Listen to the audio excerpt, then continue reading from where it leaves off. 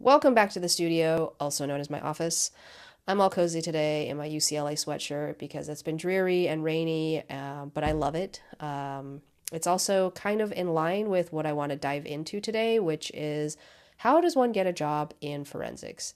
So I get this question a lot because it's become very popular in recent years with all the TV shows and podcasts, documentaries, etc. And there's just more interest in pursuing it as a career.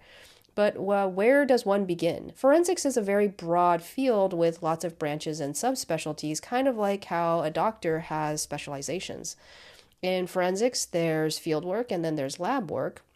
Field work is kind of what you see on TV. It's the crime scene investigation aspect. It's going to crime scenes, photographing, documenting, collecting evidence, bringing it back to the lab. But once that evidence is brought back to the lab, it has to get analyzed, and that's where the lab side of it comes in. Lab analysis can involve latent print analysis, DNA, forensic biology, toxicology, firearms analysis, trace evidence analysis, tire track and footwear analysis, digital forensics, forensic psychology, forensic pathology, forensic anthropology, forensic accounting, and the list goes on and on and on. As you can see, there's lots of avenues to pursue. So, depending on what you want to do and what you're interested in, you want to pursue the relevant education. So, that does mean going to college and getting at the minimum an associate's degree. However, I want to say that bachelor's is preferred these days. You want to focus your schooling on the field you're interested in going to. So, if you're interested in crime scene investigation, and more of the field work, then perhaps criminal justice or criminology will be more your jam. If you want to do more lab work, then a degree in biology or chemistry or biochemistry may be more suited for that line of work. It also depends on the agency or department that you're looking to get hired on to. The thing about forensics jobs is it's varied from department to department. At some agencies, you may have to be a sworn police officer to be a CSI. In that case, you will have to go to the academy first. At other agencies, their forensic staff are all civilian, and depending on the size of the department and their resources, they may have a whole unit or a crime lab, or they may only have one or two people. Some agencies are large and they can split the job, so they will have crime scene investigators, biology analysts, tox analysts, latent print examiners, etc., etc., etc. At other agencies, these duties can be combined, so you could be a latent print examiner and you're a CSI, or you're a latent print examiner and the tire and footwear examiner. Biology DNA tends to be its own thing across the board, but they may still be on a rollout team to respond to crime scenes as well. It just really all depends on the agency, so it's imperative that you look into the job specs and understand the job duties.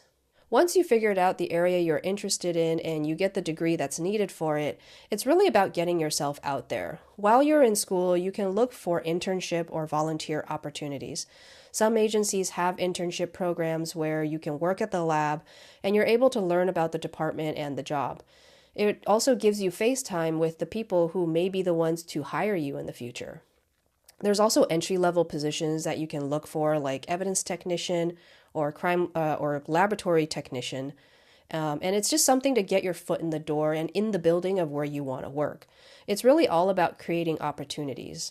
For me, I got a job as a 911 dispatcher first, partially due to the fact that I was in school at the time and the schedule was perfect for my schooling, but it also got me on the department, and then from there I worked my way into the forensics unit. It was a bit of a roundabout way for me, but it gave me a lot of really, really good experience. Also, if you want to boost your resume and stand out, consider joining professional organizations like the IAI or the International Association for Identification or AFS, the American Academy of Forensic Science. They offer student memberships, and these organizations hold trainings and conferences, and those are great places to network and meet working professionals. I'm a member of the IAI and the California State Division of the IAI, and I'm always seeing students at these conferences. It also doesn't hurt to go to your local agency or local department and ask to see if you can speak to someone who is in the forensics unit or a CSI.